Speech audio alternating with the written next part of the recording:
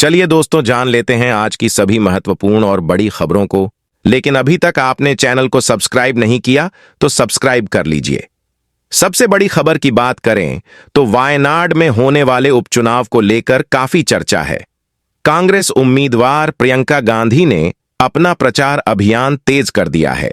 उनके साथ कांग्रेस सांसद राहुल गांधी भी मौजूद रहे। दोनों नेताओं ने जनता को संबोधित किया और इस दौरान अपनी दावेदारी पेश करते हुए बीजेपी पर तीखा हमला भी बोला। 3 नवंबर को कांग्रेस सांसद राहुल गांधी और प्रियंका गांधी वायनाड पहुंचे। यहां दोनों नेताओं ने कई जनसभाओं को संबोधित किया। इस दौरान प्रियंका गांधी ने बतौर लोकसभा उम्मीदवार जनता को संबोधित किया, तो वहीं राहुल गांधी ने प्रियंका के लिए प्रचार भी किया। इस दौरान दोनों ने बीजेपी सरकार पर जमकर निशाना भी साधा। प्रियंका ने कहा कि जब राहुल ने वायनाड से चुनाव लड़ा तो उन्हें काफी मुश्किलों का सामना करना पड़ा। पीएम मोदी और बीजेपी ने राहुल की छवि को नुकसान पहुंचाने की कोशिश की, लेकिन मैं आप लोगों का शुक्रिया अदा करती हूं कि आपने ऐसे मुश्किल वक्त में राहुल गांधी का साथ नहीं छोड़ा। इसके साथ ही राहुल गांधी ने वायनाड की जनता को भी संबोधित किया और प्रियंका के लिए प्रचार किया। राहुल ने कहा कि यह पहली बार है कि मैं अपनी बहन के लिए प्रचार कर रहा हूं। मैं भाजपा की एक बैठक में आया हूं।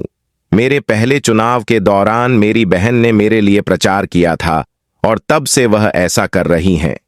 उन्होंने हमारे माता और पिता के लिए भी प्रचार किया। वह हमेशा से प्रचारक रही हैं और अब तक कभी चुनाव में खड़ी नहीं हुई, लेकिन इस बार वह चुनाव लड़ रही हैं और मेरा दावा है कि वह वायनाड के लिए सबसे अच्छी सांसद साबित होंगी। इससे साफ है कि प्रियंका और राहुल दोनों ही वायनाड लोकसभा चुनाव के लिए पूरी तरह मैदान में हैं। आपको बता दें कि वायनाड लोकसभा सीट के लिए 13 नवंबर को मतदान होगा, जिसके नतीजे 23 नवंबर को आएंगे। राहुल प्रियंका के दौरे से अगर भाजपा घबराई हुई है तो एनडीए की सहयोगी टीडीपी की भी नींद उड़ी हुई है। वक्फ बिल पर जेपीसी की लगातार बैठकें हो रही हैं और समिति को संसद के शीतकालीन सत्र से पहले अपनी रिपोर्ट तैयार करनी है। तो कैसे बीजेपी को वक्फ बिल की चिंता नहीं है? केंद्र सरकार संसद के शीतकालीन सत्र में वक्फ संशोधन बिल लाने की तैयारी कर रही है, लेकिन बीजेपी के लिए ऐसा करना आसान नहीं दिख रहा है, क्योंकि केंद्र सरकार की सहयोगी टीडीपी के उपाध्यक्ष ने इस बिल को रोकने की बात कही है।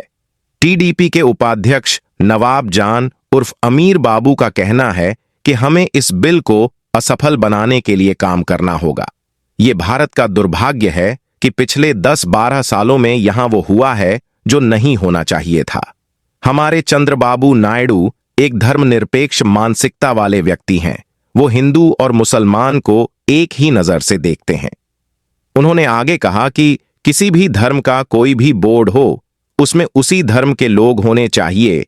टीडीपी उपाध्यक्ष नवाब जान का ये बयान दिल्ली में भी सियासत गरमा सकता है, क्योंकि केंद्र की मोदी सरकार को टीडीपी का समर्थन हासिल है।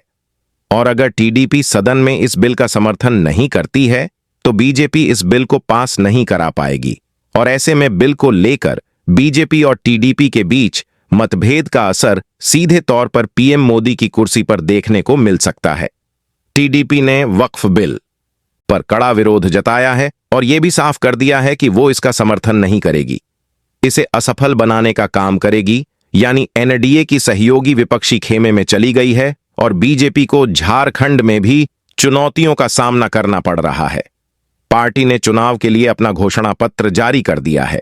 अमित शाह ने भी झारखंड में 3 रैलियां की और राज्य की हेमंत सोरेन सरकार पर निशाना साधा और हेमंत सोरेन ने भी शाह और बीजेपी को करारा जवाब दिया। बीजेपी ने झारखंड में अपना घोषणा पत्र जारी कर दिया है। घोषणा पत्र में भगवान बिरसा मुंडा की 150वीं जयंती को ध्यान में रखते हुए 150 संकल्प जारी किए गए हैं। इसमें 300 यूनिट बिजली फ्री, 500 में गैस सिलेंडर और 125 घरों को सोलर ऊर्जा से जोत देने का ऐलान किया गया है। साथ ही महिलाओं को गोगो दीदी योजना के तहत हर माह 2100 रुपये देने का वादा किया गया है। इसके बाद शाह ने घाटशिला में रैली की, जिसमें उन्होंने हेमंत सोरेन सरकार पर निशाना साधते हुए कहा कि हेमंत सरकार अवैध घुसपैठियों को बढ़ावा दे रही है। भाजपा की सरकार आने पर उन्हें बाहर निकाला जाएगा। शाह ने हेमंत सरकार पर निशाना साधा तो हेमंत सोरेन ने पलटवार करने में देर नहीं लगाई। सीएम हेमंत सोरेन ने कहा कि यहां न तो एनआरसी लागू होगा और न ही यूसीसी, यहां सिर्फ सीएनटी एसपीटी लागू किया जाएगा। ये लोग परिवारों को तोड़ने में लगे हैं, इस मुद्दे पर जहर उगलते हैं। इनके सामने जहरीला सांप भी असफल है। हमें इन लोगों से बचकर रहना है। आप सभी ने देखा है कि पिछले 5 सालों में हमने कितनी चुनौतियों का सामना किया। उन्हें यहां के आदिवासियों, मूलवासियों, दलितों और पिछड़ों की कोई परवाह नहीं है। अगर उन्हें यहां की परवाह है तो वो यहां की खनिज संपदा है, और वो झारखंड की खनिज संपदा का 1,36,000 करोड़ का हमारा बकाया नहीं दे रहे हैं।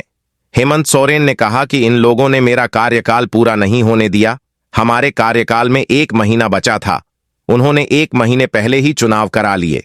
उन्हें पता था कि अगर मैं 1 महीना और यहां के लोगों के लिए काम करूंगा तो उनकी पूरी तरह से बेइज्जती हो जाएगी। हेमंत सोरेन ने दावा किया कि बीजेपी ने हार के डर से 1 महीने पहले चुनाव करा लिए, इसलिए महाराष्ट्र के डिप्टी सीएम देवेंद्र फडणवीस पर भी आरोप लग रहे हैं। चुनावी मौसम में आरोप प्रत्यारोप के सिलसिले के बीच महाराष्ट्र के पूर्व गृह मंत्री अनिल देशमुख ने एक बार फिर डिप्टी सीएम देवेंद्र फडणवीस पर गंभीर आरोप लगाए हैं और खुद बीजेपी के एक नेता ने सीएम शिंदे को लेकर विवादित बयान दिया है, जिसके बाद फडणवीस समेत पूरी बीजेपी सवालों के घेरे में आ गई है। तो बीजेपी किस तरह घिरी है, अगले अपडेट में देखते हैं। महाराष्ट्र में एनडीए की मुश्किलें लगातार बढ़ती नजर आ रही हैं। पूर्व गृह मंत्री अनिल देशमुख ने डिप्टी सीएम और बीजेपी नेता देवेंद्र फडणवीस पर उद्धव ठाकरे सरकार को गिराने की साजिश रचने का आरोप लगाया है। आरोप और दावा किया कि फडणवीस ने उनसे झूठा हलफनामा देने को कहा था। इस हलफनामे में उद्धव ठाकरे, आदित्य ठाकरे और अजीत पवार पर कई गंभीर आरोप लगाए जाने थे। देशमुख ने बताया कि उन्होंने यह ऑफर इसलिए ठुकरा दिया क्योंकि झूठे आरोप लगाकर वह किसी का करियर बर्बाद नहीं करेंगे। दरअसल यह मामला 2021 का है, जब तत्कालीन गृह मंत्री अनिल देशमुख को भ्रष्टाचार के आरोप में गिरफ्तार किया गया था। देशमुख ने अपनी आत्मकथा diary of A home minister में खुलासा किया कि उस समय उन्हें फडणवीस से ऑफर मिला था। उनके इस खुलासे ने फडणवीस और बीजेपी दोनों को सवालों के घेरे में खड़ा कर दिया है। इस बीच बीजेपी नेता ने बड़ा बयान दिया है। उल्हासनगर से बीजेपी जिला अध्यक्ष प्रदीप रामचंदानी के बयान ने सियासी गलियारे में हलचल मचा दी है। प्रदीप रामचंदानी ने एक सभा के दौरान कहा कि अब कोई गद्दार नहीं है। जिन्हें गद्दार कहा जाता है वे मुख्यमंत्री बन जाते हैं।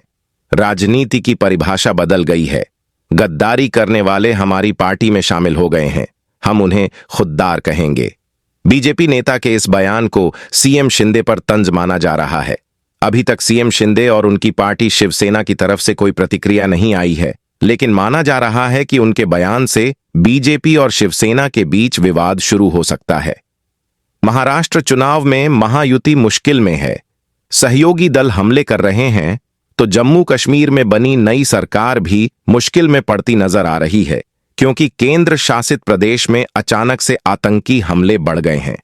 श्रीनगर में बड़ा हमला हुआ है। चलिए जानते अगले अपडेट में। एक बड़ी खबर जम्मू कश्मीर से आ रही है, जहां श्रीनगर के लाल चौक पर धमाका हुआ है। लाल चौक पर संडे मार्केट की भीड़ के बीच ग्रेनेड फेंका गया। इस घटना में अब तक 12 से ज्यादा लोग घायल बताए जा रहे हैं। यह हमला tourist reception centre TRC office के पास हुआ। घटना के वक्त मौके पर मौजूद लोगों ने बताया कि उस वक्त वहां काफी भीड़ मौजूद थी। इस इलाके में रविवार को संडे मार्केट लगती है और छुट्टी होने की वजह से ज्यादा लोग बाजारों में निकलते हैं। ऐसे में मौके का फायदा उठाकर आतंकियों ने इस हमले को अंजाम दिया, जिससे बड़ी संख्या में लोग इसकी चपेट में आ गए। सभी घायलों को तुरंत नजदीकी अस्पताल में भर्ती कराया गया। फिलहाल उनकी हालत स्थिर बताई जा रही है। मिली जानकारी के मुताबिक घायल हुए लोग सिर्फ ग्रेनेड से घायल हुए हैं। घटना के तुरंत बाद सुरक्षा बलों ने पूरे इलाके को घेर लिया है और उनका सर्च ऑपरेशन जारी है।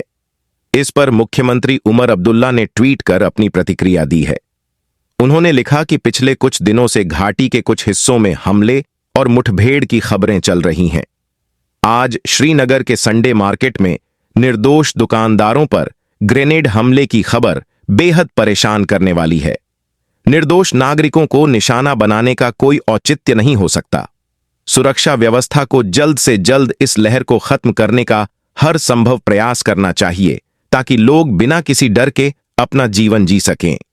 आपको बता दें कि कल श्रीनगर के खानेयार, अनंतनाग और बांदीपुर में सेना के हमलावरों के साथ मुठभेड़ हुई थी, जिसमें 3 आतंकी मारे गए थे, जबकि इस कार्रवाई में 4 जवान भी घायल हुए थे और एक दिन बाद एक और हमला हुआ।